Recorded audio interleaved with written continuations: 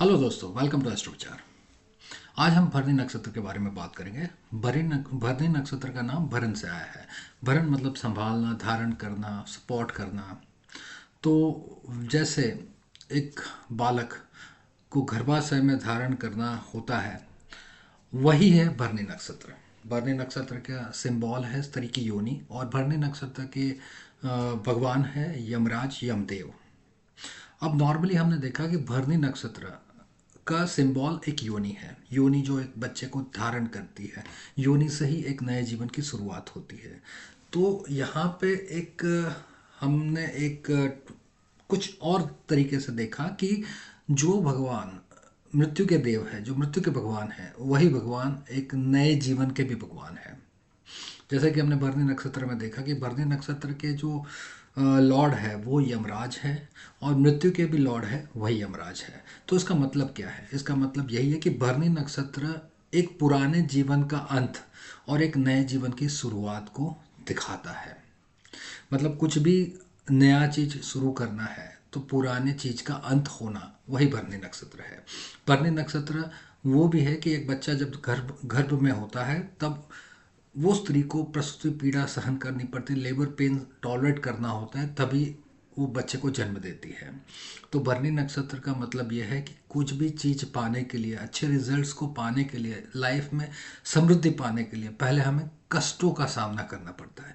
बगैर कष्ट हमें कोई भी अच्छे रिजल्ट्स प्राप्त नहीं हो सकते। ये बहुत ही विलक्षण बात है कि मृत्यु के देव जो है यमराज, वही भरणी नक्षत्र के देव है, जो नए जन्म के प्रतीक है।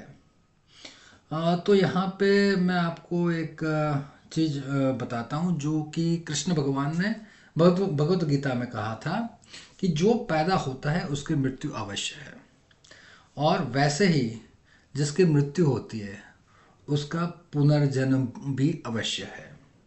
तो यह नक्षत्र हमें सिखाता है कि जीवन में मृत्यु की जरूरत है, और मृत्यु ही जीवन को बैलेंस करती है। मृत्यु के बगैर जीवन असंभव है। यह नक्षत्र का मूलभूत तत्व ही यही है कि जीवन में सफलताएं बगैर कष्ट को नहीं मिलती। अभी हम एक महाभारत की एक इवेंट के बारे में बात करते हैं। तो मतलब महाभारत में इसका वर्णन है, बट ये उससे भी पहले की घटना है। मतलब कहा जाए तो महाभारत में इस घटना का जिक्र हुआ था। ये उस वक्त की बात है जिस वक्त इंसानों की आयु बहुत लंबी हुआ करती थी। वो बहुत लंबा जिया करते थे, हजारों साल तक जिया करते थे। और उस समय पे संसार में लोग भी बहुत कम थे, तो लोगों की मृत्यु कम होती थी। तो यमराज को ऐसा लगता था कि चलो भाई, फॉर अ वाइल कभी ऑफ ले लेते हैं। तो यमराज यमदेव ने ऑफ लिया, कि सोचा कि चलो थोड़ी देर मैं भी रेस्ट कर लेता हूँ, रिलैक्स कर देता हूँ, वैसे भी लोग कम मर रहे, कम है। तो यमराज ने ब्रेक लिया, और वो ब्रेक बहुत लंबा होता गया, होता गया, होता गया, और वो भूल गए बाद में। और उस दौरान पृथ्वी पे अनियंत्रित वस्तु विस्फोट हुआ। धरती पे बहुत लोग बढ़ गए, और पृथ्वी माँ है वो उसको संभाल नहीं पा रही थी। पृथ्वी माँ झुकते झुकते झुकते पाताल लोक की तरफ चली गई। तब उस समय पे सभी देव विष्णु भगवान के पास आए, और विष्णु भगवान को अर्ज करी कि देखो, एक तो यमराज है, उनको काम पे वापस लगाओ, और पृथ्वी माँ को आप स्टेबल करो, संभालो। उस समय पे विष्णु भगवान ने वराह अवतार लिया, और पृथ्वी को अपने दो दांत और नाक के ऊपर उठा के संभाला है। और वो वराह भगवान आज भी पृथ्वी को संभाले हुए है। ये एक सच्चाई बात है। ठीक है। तो उसके बाद विष्णु भगवान ने आके यम को बोला कि भाई काम पे लग जाओ, बहुत तकलीफ़ें हो रही हैं। एंड फाइनली यमराज फिर से काम पे लग गए, और फिर से दुनिया नॉर्मल हो गई। तो यहाँ पे भी इस बात का जिक्र मिलता है कि बगैर मृत्यु पृथ्वी भी, मतलब पृथ्वी पे जीवन भी संभव नहीं है। ठीक है। दूसरी एक कहानी का भी महाभारत में जिक्र हुआ था। मतलब ये कहानी महाभारत की नहीं है, वो पहले की कहानी है, लेकिन महाभारत में ये बात बता रहे थे कि ऐसा पहले हुआ था। ठीक है। तो ये कहानी में ऐसा था कि यमराज जो है वो कोई पूजा कराने के लिए बैठ गए। और ये पूजा बहुत लंबी पूजा थी, बरसों तक चलने वाली पूजा थी। तो यमराज बतौर पंडित वो पूजा कराने को बैठ गए। पूजा चलती रही, पूजा चलती गई, पूजा चलती गई, पूजा इतनी लंबी चली कि अगेन धरती पे लोगों की संख्या बढ़ने लगी, मृत्यु नहीं होने लगे, लोगों की बहुत ही लंबी आयु हो गई। तो फिर से सभी देव यमराज के पास आए। यमराज को बोला कि भाई साहब, ये क्या कर रहे हो आप अपना काम करो। एंड फाइनली यमराज फिर से काम पे लग गए, पूजा को छोड़ दिया और फिर से दुनिया पे लोगों का जो जीवन था उसको नियंत्रित किया और दुनिया की जो पॉपुलेशन है उनको कंट्रोल में लाया। तो यहाँ से हम ये समझते हैं कि मृत्यु शायद एक अच्छा अनुभव ना हो। ठीक है, मृत्यु मतलब भरणी नक्षत्र में ये बताया गया है शास्त्रों में कि मृत्यु शायद एक अच्छा अनुभव ना हो, मगर वह अच्छा और महत्वपूर्ण है। तो भरणी भी उसी तरह, उसके अंदर एक बलिदान छुपा हुआ है और जिससे कुछ बहुत ही अच्छा और कीमती पैदा कर सकते हैं। भरणी सिखाता है कि दर्द सहना ही होगा अगर हमें कोई महत्वपूर्ण प्राप्ति हासिल करनी हो। तो दर्द और सफलता दोनों एक ही सिक्के के दो साइड्स हैं। ठीक है, अभी हम थोड़ी अलग कहानी पे जाते हैं जो पद्म पुराण में वर्णित है। एक बच्चा था, वो जब छोटा था तब एक ऋषि आए और उसको बताया कि जैसे ही तू 16 साल का हो जाएगा तेरी मृत्यु हो जाएगी। बच्चा डर गया। बच्चे ने सोचा कि इस मृत्यु से मैं मुक्ति पाना चाहता हूँ। तो बच्चा शिवलिंग के सामने आके शिव जी की उपासना में लग गया। वो वहीं बैठ गया। वो एक्चुअली एक शिवलिंग को अपने घर में स्थापित किया था और शिवलिंग पे वो पूजा अर्चना करने लगा। अब पूजा करते करते करते 16 साल की उम्र हो गई, वो तभी भी पूजा कर रहा था। तब यम के दूत आए और यम के दूत आए उसकी जान लेने के लिए। लेकिन अब उतने साल से उसने पूजा करी थी तो उसमें एक विशिष्ट पावर आ गया था और वो पावर की वजह से यम के दूत उसे छू तक नहीं पा रहे थे, उसके पास तक नहीं आ पा रहे थे। तो उस वजह से यमराज खुद उपस्थित हो गए। यमराज ने अपना फंदा फेंका तो बच्चा डर के मारे वो शिवलिंग को लिपट गया और रोने लगा। अब यम के फंदे में वो बच्चे के साथ शिवलिंग भी फंस गया। अब यम ने वो फंदा अपनी साइड पे खींचना शुरू किया और बच्चे के साथ साथ शिवलिंग भी खींचने लगा। अब शिवलिंग में से शिव जी खुद प्रकट हो गए, बहुत ही गुस्सा हो गए और उन्होंने यम को वहीं पे ही भस्म कर दिया। अब देखो कैसी बात हो गई, जो मृत्यु के देवता थे खुद उन्हीं की मृत्यु हो गई। अब समस्त देवगण शिव जी के सामने उपस्थित हो गए। शिव जी को बताया कि आपने जो किया, जरा सोचिए आपने क्या किया। शिव जी भी सोच में पड़ गए कि क्या कर दिया। सभी देव ने बताया कि जो यह सृष्टि का निर्माण हुआ है वो प्रथम पुरुष भगवान विष्णु ने किया है और भगवान विष्णु ने ही सब प्रोटोकॉल सेट करे हैं। ये यमराज है, उनका भी वो प्रोटोकॉल में महत्वपूर्ण रोल है और आपने उन्हीं को खत्म कर दिया। तो कृपया जो आपने किया है उसको वापस जैसे था वैसे कर दीजिए। तो शिव जी ने अपनी गलती मानी, उनको लगा कि हाँ गलती हो गई, तो उन्होंने यमराज को पुनर्जीवित कर दिया और ये जो बच्चा था उसको बहुत आशीर्वाद दिए, बच्चे को बहुत लंबी आयु दी। ठीक है, और वो बच्चे का नाम है ऋषि मार्कंडेय। वो बहुत लंबा जिए और इस तरीके से हमने देखा कि ऋषि मार्कंडेय ने भरणी नक्षत्र से एस्केप मार लिया। लेकिन यहाँ पे सभी वेदास में एक बात कॉमन बताई गई है कि भरणी नक्षत्र को एस्केप किसी को नहीं मारना चाहिए, जो संसार में बहुत ज़्यादा विपत्तियाँ ला सकता है। और यहाँ पे भी अगर आपको मैं डिटेल में नहीं बता सकता अभी क्योंकि हमें भरणी पे रहना है, लेकिन मार्कंडेय ऋषि की लंबी आयु की वजह से दुनिया में बहुत सारी विपदा आई। सभी देव, सभी भगवानों को उस विपदा में अपना अपना रोल निभाना पड़ा और कहा जाए तो बहुत कुछ इम्बैलेंस हो गया था और उस वजह से वेदों में लिखा गया है कि भरणी को कभी भी एस्केप करने की कोशिश नहीं करनी चाहिए। बट आपको ये जानने में बहुत ही ज़्यादा उत्सुकता होगी कि वो बच्चे ने, मतलब जो मार्कंडेय ऋषि ने कैसे करके भरणी नक्षत्र को एस्केप किया। आप भी कर सकते हो, हम सब कर सकते हैं। तो इसका वर्णन ऋग्वेद और यजुर्वेद में मिलता है। ठीक है, ऋग्वेद और यजुर्वेद में वो मंत्र का उल्लेख दिया है, जो मंत्र वो बच्चे ने लगातार चैंट किया, और वो मंत्र को आज हम दुनिया में जानते हैं महामृत्युंजय मंत्र के नाम से। मृत्यु पर महान विजय हासिल करने वाला मंत्र, जो शिव जी का मंत्र है। ठीक है, तो यह मंत्र भरणी नक्षत्र को डील करने के लिए बहुत ही इफेक्टिव है। अगर कोई भी इस मंत्र को सही इंटेंशन के साथ पठन करे तो मुश्किल से मुश्किल परिस्थितियों में भी उसका हल निकाल सकता है, वो मुश्किलों से निकल पा सकता है, वो भरणी को एस्केप कर सकता है।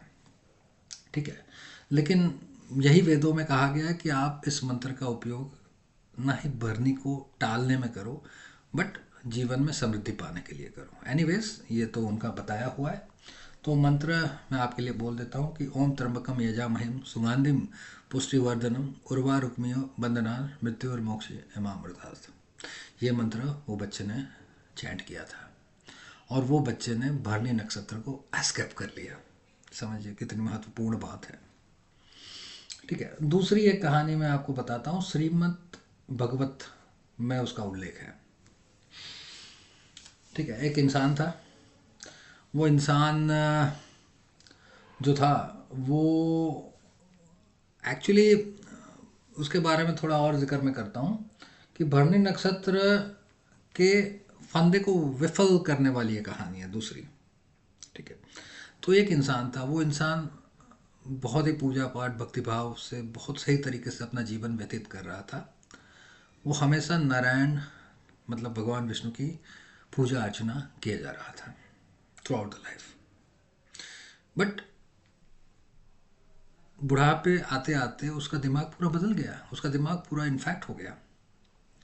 उसने भक्तिभाव छोड़ दिया, उसने अपने परिवार को भी छोड़ दिया, और अपनी सारी धन दौलत उसने एक प्रोस्टिट्यूट को दे दी और उसी के साथ रहने लगा। और प्रोस्टिट्यूट से उसको एक बच्चा पैदा हुआ जिसका नाम उसने नारायण ही रखा। अब ऐसे जीवन चल रहा था और उसकी मृत्यु की घड़ी आ गई। तो यमराज के दूत यमदूत उसको लेने आए। अब जब उस इंसान ने यमदूतों को देखा तो वो डर गया, और डर के मारे वो अपने बच्चे को बुलाने के लिए चिल्लाने लगा, नाम देने लगा अपने बच्चे का बार बार कि नारायण नारायण नारायण नारायण, अरे नारायण नारायण, ऐसे बार बार बोलने लगा। बच्चा घर में था नहीं तो सुनेगा कौन, बट ये लगातार बोलता जा रहा था। तो नारायण मतलब भगवान विष्णु के भी दूत वहाँ पे आ गए।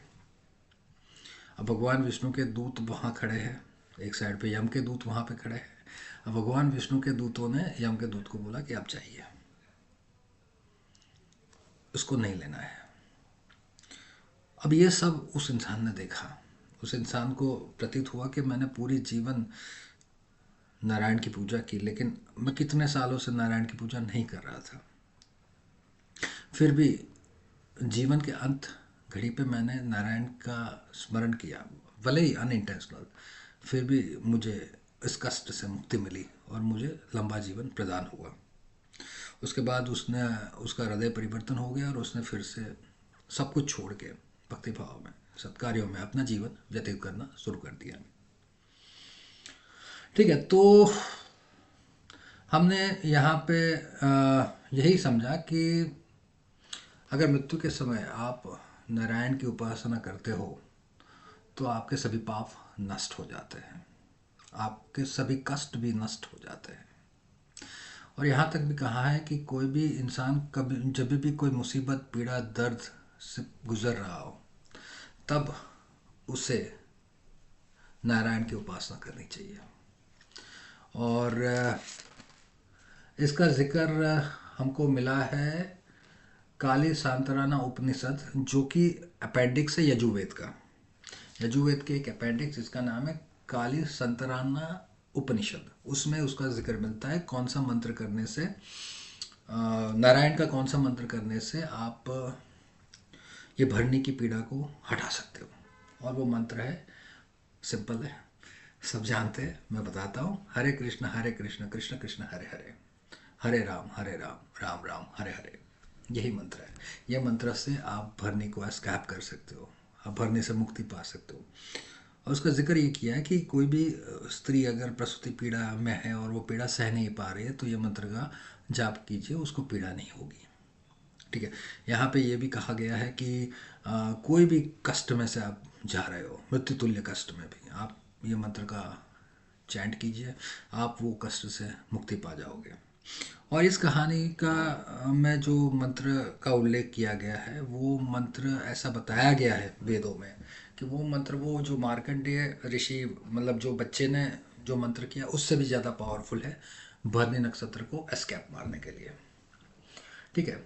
तो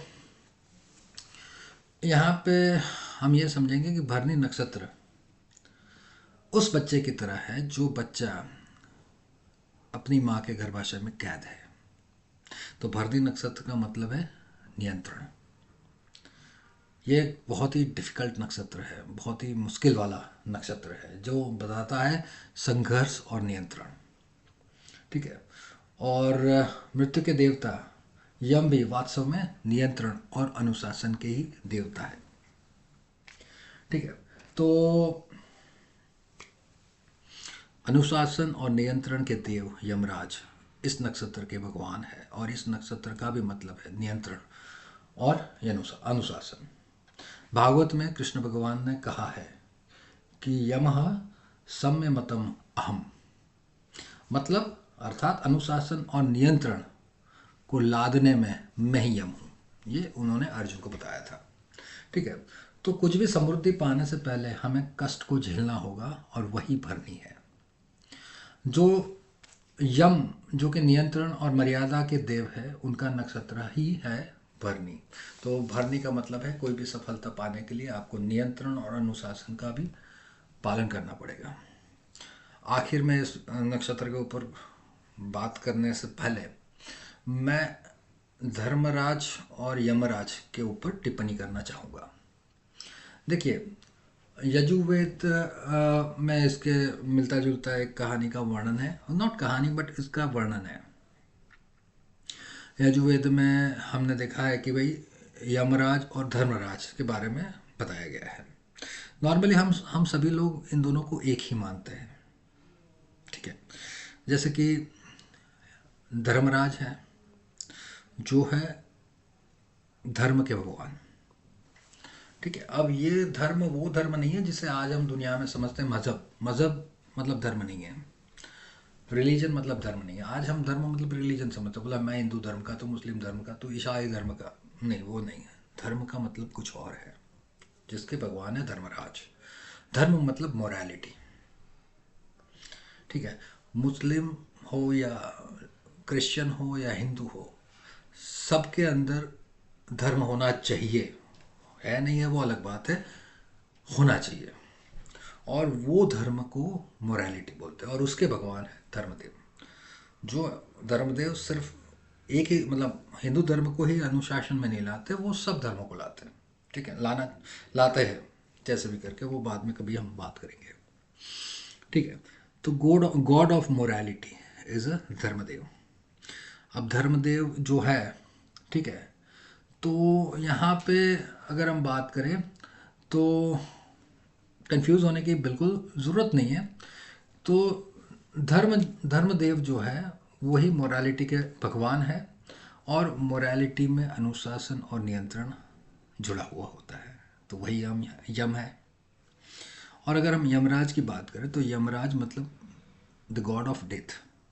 तो गॉड ऑफ डेथ भी सबका मोरालिटी में हिसाब लगा ही लेते हैं, तो धर्म। तो देखिए, यजुर्वेद में जिसका उल्लेख है, धर्मराज और यमराज दोनों डिफरेंट है। सेम प्रतीत होते हैं लेकिन दोनों डिफरेंट हैं, दोनों एक नहीं है। लेकिन हमें प्रतीत होता है कि दोनों एक ही काम करते हैं, दोनों अलग काम करते हैं। दुनिया में, संसार में धर्म को मेंटेन करने का जिम्मा है धर्मराज का। नहीं करता है तो यम को भेजो। ठीक है। उसके बारे में भी मैं एक वीडियो बनाऊंगा। तो एक नया जन्म के पीछे एक कहानी होती है। यही भरणी नक्षत्र बताता है कि एक नए जन्म के पीछे एक कहानी होती है, एक दुख, एक दर्द, एक पीड़ा और एक अंत। जो मृत्यु है वही एक नए जीवन की शुरुआत है, और वही भरणी नक्षत्र है। इसलिए अगर आप कोई भी कार्य भरणी नक्षत्र में शुरू करेंगे तो आप मान लीजिए वो कार्य में बहुत कष्ट, समस्याएं, दिक्कत, तकलीफें आने वाली है। तो कृपया अच्छे कार्य करने से पहले आप देख लीजिएगा कि भरणी नक्षत्र ना हो। भरणी नक्षत्र एक उग्र नक्षत्र है, ठीक है। 7 कैटेगरी है नक्षत्रों की कुल मिला के। मैं कभी उसका भी एक वीडियो बनाऊंगा कि कौन से नक्षत्र में कौन सा काम करना चाहिए, लेकिन भरणी नक्षत्र में शुभ कार्य मत करिएगा। भरणी नक्षत्र में आप युद्ध करने जाइए, भरणी नक्षत्र में आप किसी को जहर दे दीजिए, भरणी नक्षत्र में आप झगड़ा कीजिए, अल्टीमेट, ठीक है। लेकिन शुभ कार्य भरणी नक्षत्र में नहीं करना चाहिए।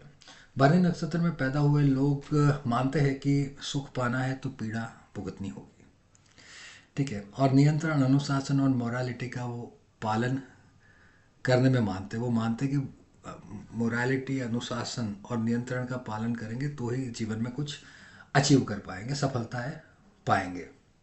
और ज़्यादा तौर पर लीगल सिस्टम, न्याय प्रणाली, कायदा, अनुशासन, पुलिस, कानून के प्रतिनिधि स्वरूप में कार्य करना ज़्यादा पसंद करते हैं। मगर उनके जीवन में कष्ट, पीड़ा और दर्द हमेशा ही रहता है। तो यह है कहानी भरणी नक्षत्र की। आशा रखता हूँ कि आपको ये कहानी पसंद आई होगी।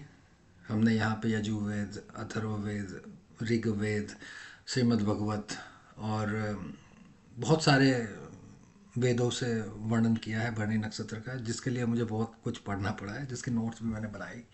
बट अल्टीमेटली आई होप कि आपको ये वीडियो पसंद आया होगा। अगर आपको मेरा ये वीडियो पसंद आया है तो इस वीडियो को लाइक करें और अपने फ्रेंड्स, फैमिली, रिलेटिव्स को ये वीडियो आप शेयर करें।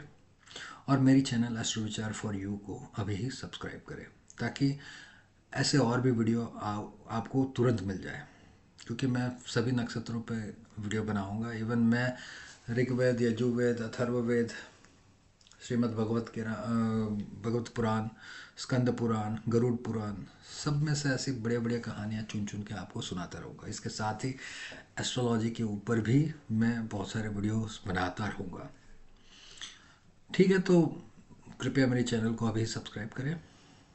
Thank you very much. Hare Krishna, Krishna Krishna, Hare Hare, Hare Ram, Ram Ram, Hare Hare.